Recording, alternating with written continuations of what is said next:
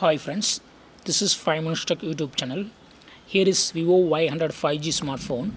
In this video you will learn how you can activate 48 megapixel camera in your phone Vivo Y100 5G.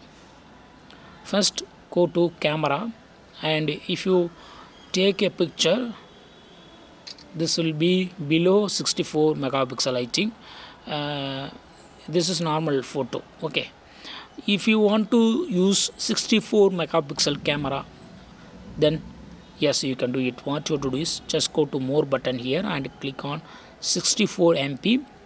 Now you can take pictures with 64 megapixel resolution. See here, I take a picture and I take a picture of this,